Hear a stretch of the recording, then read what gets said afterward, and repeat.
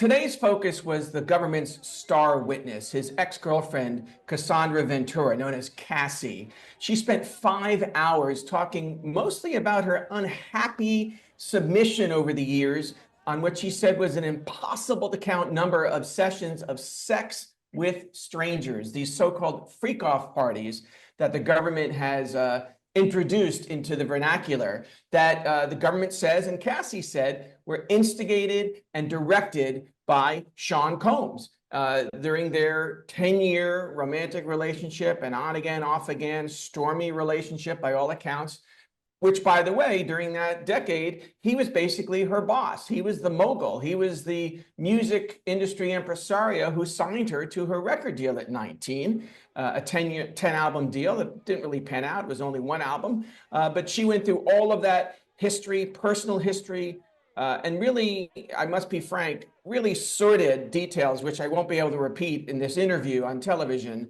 explicitly describing those so-called freak-offs. The CCTV footage was obtained first by CNN last year, and this shows Cassie trying to escape, literally, one of these freak-offs at a Los Angeles hotel.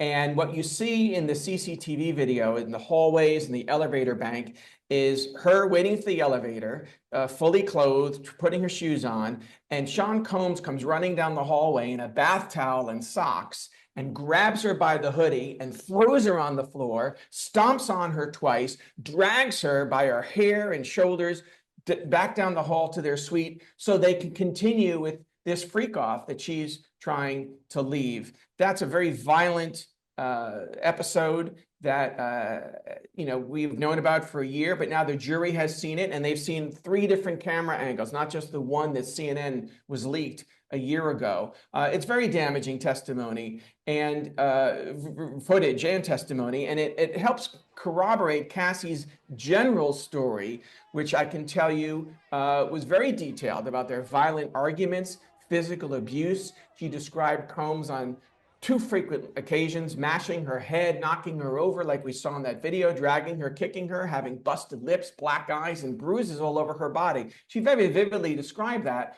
And if I just button that up, when it comes to the freak-offs, she said she was really afraid not to participate. Her participation wasn't really voluntary, even though she was sometimes arranging some of the details, if you will, hiring the escorts, for instance. But she said she was afraid what would happen if she said no. And on the other hand, she was in love with him and wanted to please Sean Combs. So she went along with this stuff for years. But, he was her boss. And she said over and over again that he controlled her life. He told her what to wear. He decided what songs she was going to record and controlled the direction of her career. And so she was scared to reject him. And as these freak-offs started to happen, he recorded a lot of them on video, and she was afraid that he would blackmail her with some of that video. The government alleges that Combs used his business, his employees, his assistants to do the arrangements for a lot of these freak-offs, these sexually exploitive gatherings with Cassie and others. And she, again, lended some credence to that. She talked about how the hotels were booked, not only all over the US, her crossing state lines and escorts possibly crossing state lines, but even in places like Ibiza in Spain or Turks and Caicos. And she described in detail how drugs were involved, illegal drugs, ecstasy, cocaine, psychedelic mushrooms. Marijuana is legal in a lot of US states, but at the time this started, it wasn't. And ketamine, which has become a more popular and dangerous drug. She said, by the way, she couldn't participate in these sexual escapades without being high. That she said the whole idea made her feel like vomiting.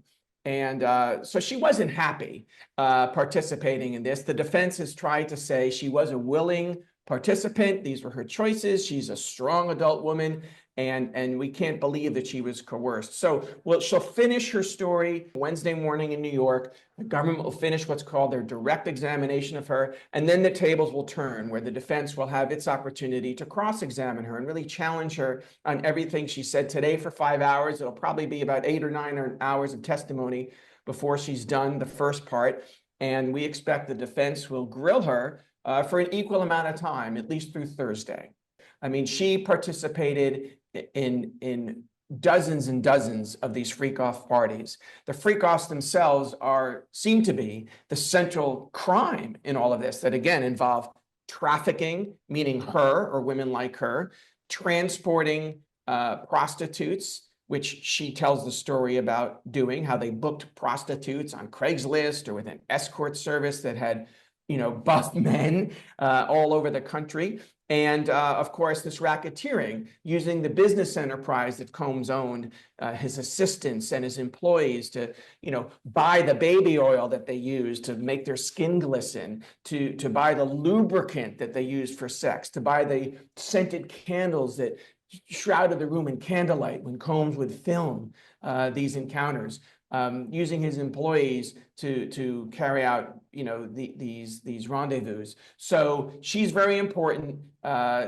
She's the smoking gun, as you put it, that brings life to all of these charges. There have been many celebrity trials in New York City over the years that have had a lot of interest.